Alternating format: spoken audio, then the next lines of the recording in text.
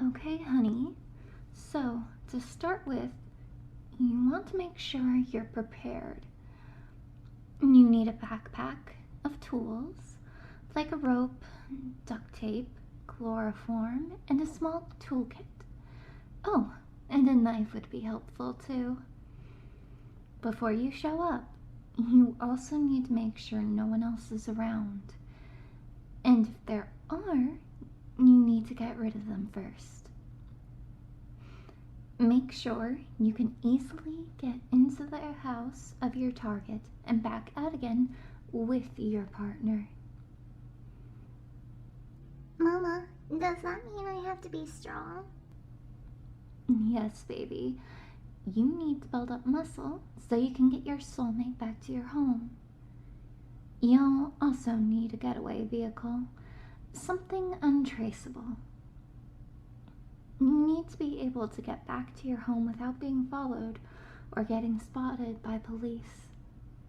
It helps if you leave a note behind, so study your love's handwriting so you can make it seem like they ran away and don't want anyone looking for them. Okay, Mama. You also need a special space just for your target. A basement works best for the first year or two. You'll need a bed down there and a bathroom set up. And there should be good air ventilation and air conditioning so they don't suffocate or get too hot or cold. This space also needs to be soundproof to block out any screaming. Will they scream? Why? Aren't they happy to be loved? It takes time for them to understand that it's all for love, because there are some very bad people who kidnap others for evil things, like to hurt them. We're not like that, but you need to build trust to prove to your soulmate that you're not dangerous. It would help if you don't yell at them or take your anger out on them. Also, having some forms of entertainment in their space would help them feel more at home. A TV, some gaming systems, things they've always wanted but can never afford. Onto that, you need to make sure you have a good amount of money saved up so you can care for your soulmate. Your father and I will help you, of course, but it helps if you have at least one well-paying job. You also need to make sure any coworkers you have believe that you could never, ever do something like kidnap another person. If they trust you, then there will be a lower chance of getting caught. The police won't understand that we do this out of love. Well, except for one officer. She's like us. But she lives further away, so it's unlikely you'd meet her. So you need to make sure you're cautious. Be patient and work slowly so no one suspects what you're up to. And you'll want to collect your tools and money while watching over your soulmate. What if someone tries to take them before I'm ready, Mama? Very simple, baby. You dispose of them. Make it look like an accident. For example, if they're walking down some stairs and accidentally fall down, well, no one would suspect that you pushed them, so long as no one was around to see you.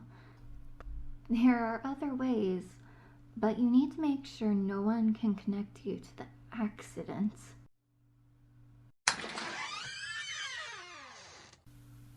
Oh, hello, dear. Papa! It's nothing much. I'm just teaching Sophie how to prepare for the future. You know, it's best to teach her young to make sure she can snag her happiness. My father taught me these things when I was about her age. Papa, did Mama use color form on you too? Okay, dear. Let's not stress out your father too much. I think it's brought up some unpleasant memories for him.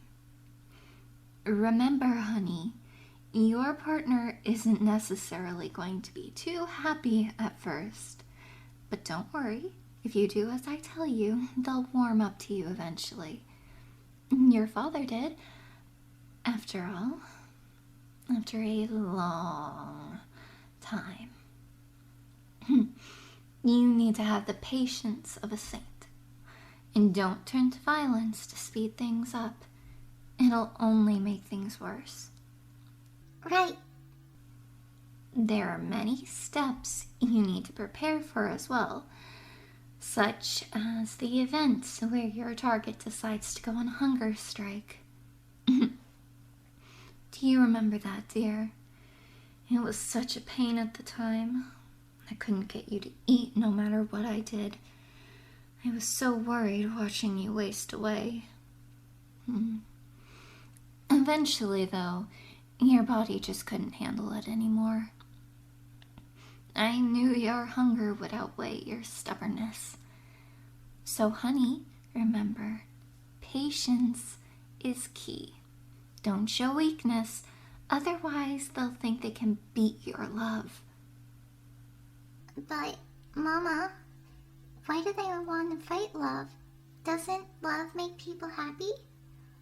Are you not happy, Papa? Do you hate me, Mama? Oh, dear, I'm sorry. I didn't mean to say things that would upset her like this. It's just as your father says, honey. Things are different now. In the beginning, everything is always tough. But over time, people realize what it is they truly need to be happy. Your father was so happy when I told him we were going to have you. When you were a baby, he fussed over you nonstop. He loves us both very much. No matter how many cruel words one says in the moment, over time, things get better. So you must stick it out if you want to have your happy ending. Though, I do recommend you put a lot of thought into who your soulmate is. Because your father and I don't want to see you get wrapped up in someone who isn't good for you. I remember there was a boy at the park when you were 3. He offered you a flower. Oh, your father got so angry. I'm sorry, dear, but it was so cute. You were so protective. But in the end, Sophie will have to move on to find her partner. So you'll have to cool that father bear mode a bit when that time comes. I'll always love Papa and Mama the most, though. Yes, and we'll always love you to pieces, my sweet baby girl.